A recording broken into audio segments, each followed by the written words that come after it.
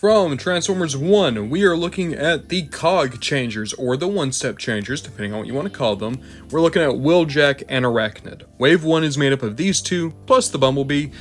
The Bumblebee doesn't look too different from Wheeljack, so I just grabbed Wheeljack and Airachnid. You can see here that you have Transformers 1, the name down here, you got the figure. Here, you just see that it is an Autobot. Is Airachnid? Oh, Airachnid. Maybe that has nothing to do with Insignia. Maybe they just have Autobot logos there.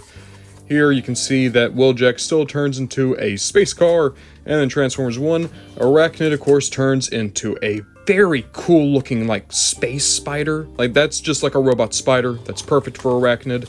I'm really excited to break into these because 1, I like one-step changers, but 2, I really like Airachnid, and Airachnid only has like 3 toys, and they're all bad. So I want to check out the one-step changer because hey, maybe it will be good by one-step changer standards.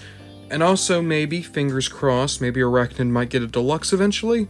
Taking a look at these two out of the box, and I'm liking what I'm seeing so far. Wheeljack, decent little space car. We only have paint here to do like the Wheeljack line. But hey, it's decent. I really like how you have the wheels up here, so it almost looks more like it's like a trike. But if you were to tell me what does a space car look like, that is a space car, maybe, probably, I don't know, I've never been to space. As for Airachnid, this is great for a one-step changer. I mean, it reminds me of the Reapers from Mass Effect. I don't know why that's what's coming to mind, but it is. You can see that you have little guns poking out here to form the mandibles. And here's what I wasn't expecting. There actually is a hinge for the spider legs. Now that does mean that the legs might give out, but you gotta fold them all the way in. Not only does that keep them secure, but it also gives you a more kind of creepy, like, it's almost like Airachnid sneaking around. They're on their tippy toes. I do wish that you could put them here to make it look more like an actual spider, but that's always going to happen. But I'm just glad Airachnid can stand at all, and I'm really glad that Airachnid is rocking this design so far.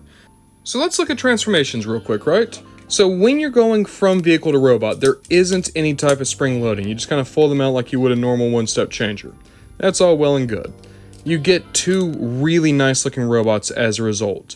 Now, Wheeljack, honestly, I think he looks fine. He looks like every version of Earthspark or Cyberverse one-step changer Wheeljack we've gotten so far.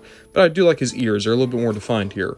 Airachnid looks really nice. I love the head sculpt. I really enjoy the proportions here too. It makes her look so much more creepy and menacing. Now you can see I've already kind of buried the lead here. There's already a cog there. So when you transform these guys the first time, there's nothing in the chest. You gotta push up this transformation cog. And what that does is now you're able to transform the figure. When it's down below, you can't transform it. To send it back down, you hit a button right here. Same thing with Airachnid. Boop. So once the cog is hidden, you cannot transform them. You have to fold the cog up, and then once the cog is in place, you're able to hit the cog, and they transform. Oop, yep. And then Airachnid, hit the cog, boop, yay, they've transformed.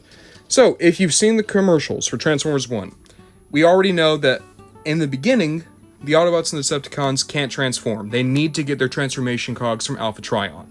They found a way to put that gimmick into the toys, and it is actually really, really cool.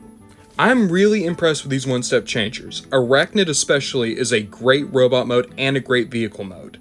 They have good dynamic flow to when they transform, and the addition to the actual transformation cog being needed to actually activate the one-step is thematic.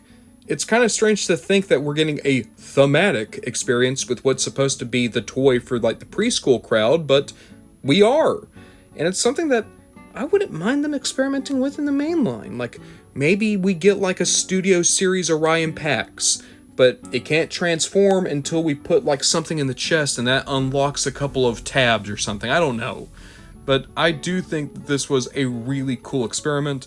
I think it's a great price point to have an experiment like this in because the one-step changers are only about $9.